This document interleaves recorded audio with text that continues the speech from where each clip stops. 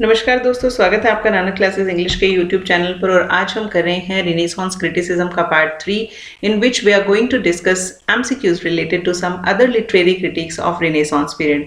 हालांकि ये जो राइटर्स हैं वो फिलिप सिडनी जितने इंपॉर्टेंट नहीं हैं, बट एग्जाम्स पेपर जो होता है वो हमेशा अनप्रिडिक्टेबल होता है। वी नेवर नो कि हमसे क्या पूछा जा सकता है, तो इन राइटर्स को भी कवर करना बहुत ज़रूरी है।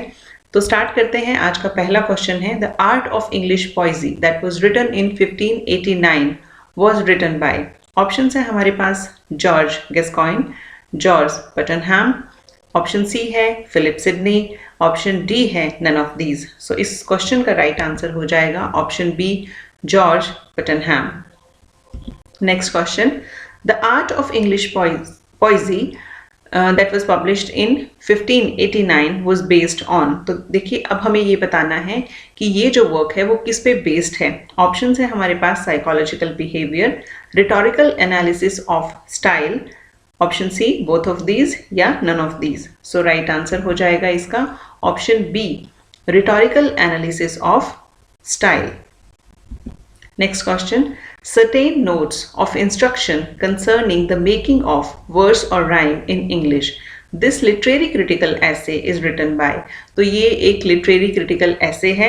इसको short form में certain notes of instruction के नाम से जाना जाता है और इसका पूरा नाम certain notes of instruction concerning the making of verse or rhyme in English इसका पूरा नाम है। तो ये ऐसे जो है वो किसने लिखा है ये हमें बताना है।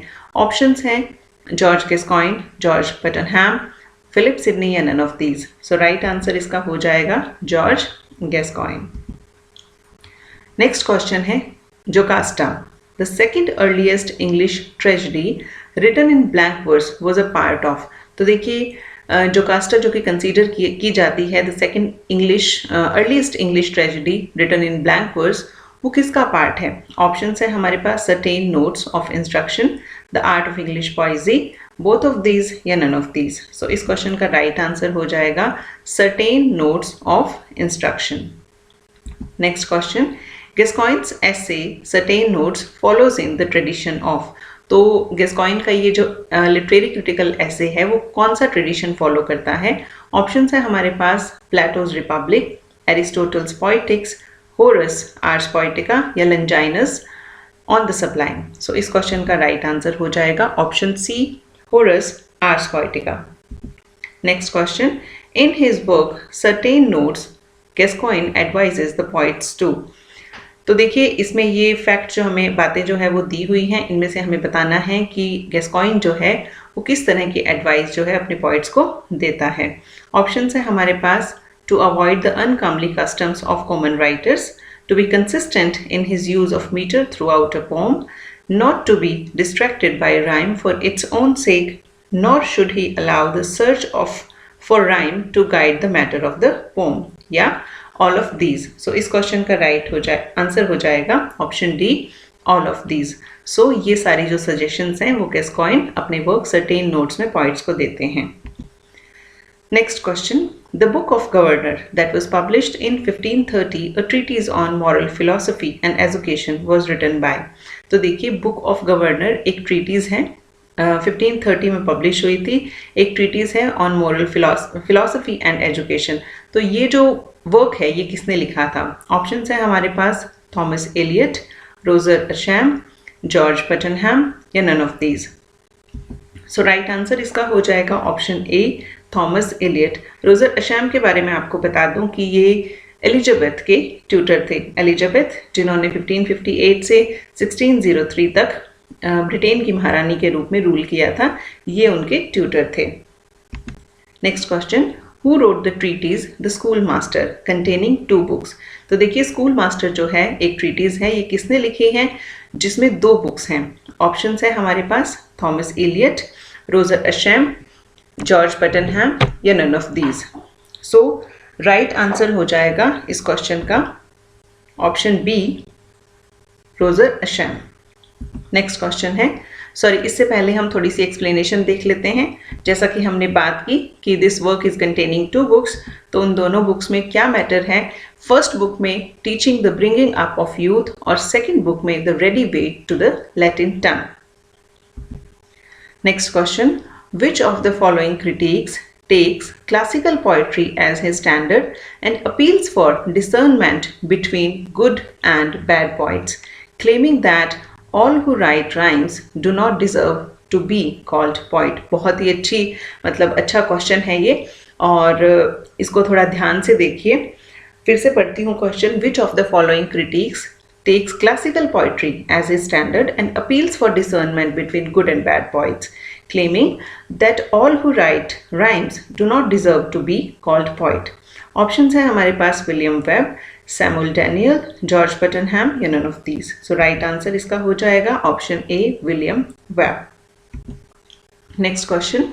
Who wrote a discourse of English poetry that was published in 1586 and that was dedicated to his patron Edward Salyard? तो किसने ये ट्रीटीज लिखी है जो 1586 में पब्लिश हुई थी? नाम है discourse of English poetry and it was dedicated to his patron Edward Sulyard. Options है हमारे पास William Webbe, Samuel Daniel, George Puttenham या none of these. So right answer इस क्वेश्चन का हो जाएगा option A, William Webbe. Next question. The Defense of Play that was published in 1580 was written by Dash, who pioneered an angry and irritated reply to Stephen Gossen's attack. देखिए बहुत important question हो जाता है ये.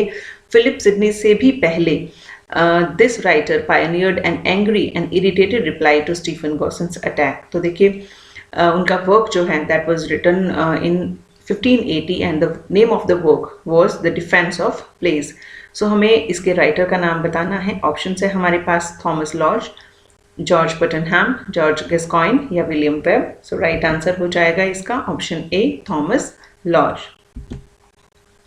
The art of English पोएजी that was published in 1589 is contrived into dash books. तो ये कितने books में कंट्राइव्ड है? ऑप्शन है हमारे पास 2, 3, 4 और 5. राइट आंसर हो जाएगा 3. थोड़ी सी डिटेल देख लेते हैं. जो फर्स्ट बुक है that is of poets and poesy, second is of proportion and third is of ornament. जो पोइट्री में वर्स और राइम होती है उससे रिलेटेड थर्ड बुक है. Next question. Life of the renowned sir Philip Sidney was written by. तो देखिए ये लिटरेरी क्रिटिसिज्म का क्वेश्चन नहीं है. मुझे ये क्वेश्चन मिला जैसे हमने इससे जो पहला वीडियो था उसमें हमने डिस्कस किया था कि फिलिप सिडनी के बायोग्राफर कौन हैं. तो उसी से रिलेटेड मुझे जो बायोग्राफी है फिलिप सिडनी की उसका नाम आज देखने को मिला. तो ये क्वेश्चन भी मैं आपके साथ शेयर कर रही हूँ ताकि हमारी जो इन्फॉर्मेशन है वो कंप्लीट हो जाए. तो life of the renowned Philip Sidney, Sir Philip Sidney was written by. तो देखिए अगर आपने पहला वीडियो देखा है इससे पहले वाला तो आपको बिल्कुल इस क्वेश्चन का आंसर आता होगा. ऑप्शन है हमारे पास सैमुअल डैनियल, फल ग्रेविल, रॉबर्ट जोले या फिलिप सिडनी. सो राइट आंसर हो जाएगा इसका ऑप्शन बी, फल्क ग्रेविल. और ये वर्क पब्लिश हुआ था 1652 में. Next question.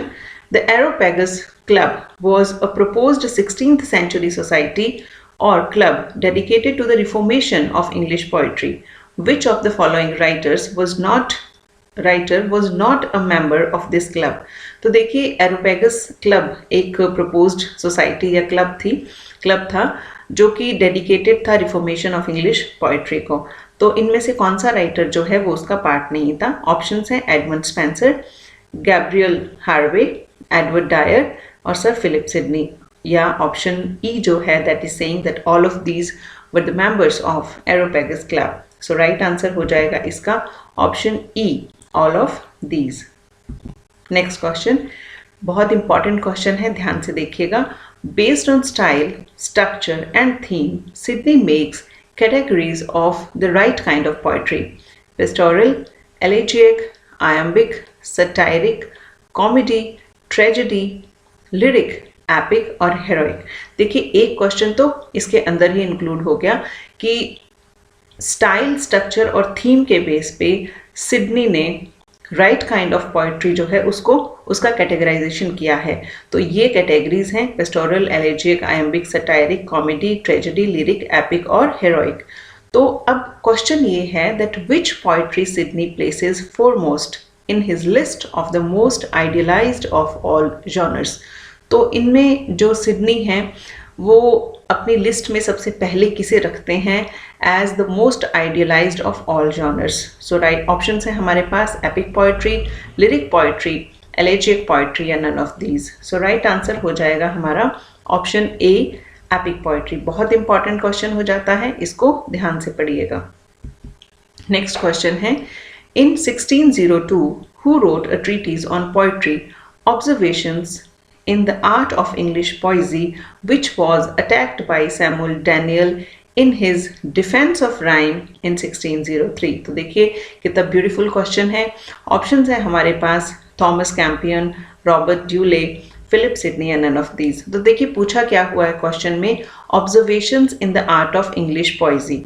ये एक वर्क था, पब्लिश हुआ था 1602 में, और जिस पर अटैक भी किया गया था सैमुअल डैनियल द्वारा अपने वर्क डिफेंस ऑफ राइम, जो पब्लिश हुआ था 1603 में। तो observations in the art of English poesy जो है वो किसने लिखा था? ऑप्शंस हैं थॉमस कैंपियन, ऑप्शंस हम पढ़ चुके हैं। राइट आंसर देखते हैं option A, Thomas Campion. Next question, which of the following works is written by Giambattista Giraldi in which he reacted against the austerity of classical tragedy? तो देखिए ये भी, हालांकि ये इटालियन राइटर है, फिर भी ये क्वेश्चन इंपॉर्टेंट हो जाता है कि which of the following work is written by Giambattista Giraldi in which he reacted against the austerity of the classical tragedies? Options है हमारे पास, discourse on comedy and tragedy 1543, Three Discourses on Dramatic Poetry 1660, Commentary on Aristotle's Poetic 1570, या all of these. So right answer इसका हो जाएगा option A, Discourse on Comedy and Tragedy. Basically ये जो work है वो इटालियन में लिखा हुआ है, पर ये इसका इंग्लिश टाइटल है Discourse on Comedy and Tragedy and it was published in 1543.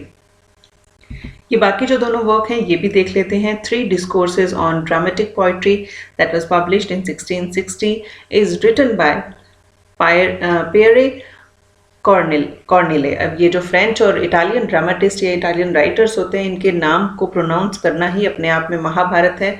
तो अगर आप इसका राइट प्रोनाउंसिएशन जानते हैं तो बिल्कुल प्रोनाउंस कीजिए, मुझे इनको प्रोनाउंस करना बहुत मुश्किल लगता है। तो ये एक फ्रेंच ड्रामेटिस्ट थे जिन्होंने ये वर्क लिखा, और दूसरा जो वर्क है वो है कमेंट्री ऑन एरिस्टोटल्स पोइटिक्स। ये पब्लिश हुआ था 1570 में, दैट वाज रिटन बाय लोडोविको कैस्टेलवेट्रो। शुक्र है मैंने प्रोनाउंस कर दिया, लोडोविको कैस्टेलवेट्रो, वाओ। तो ये एक इटालियन राइटर थे और इन्होंने एरिस्टोटल के पोइटिक्स पर कमेंट्री की थी। तो आज के वीडियो में इतना ही। Thank you very much for watching this video. इसी तरह के नए नए इंटरेस्टिंग और इम्पॉर्टेंट फैक्ट्स को लेकर और भी वीडियोस जो हैं वो आपके सामने आते रहेंगे। तो मिलेंगे नेक्स्ट वीडियो में।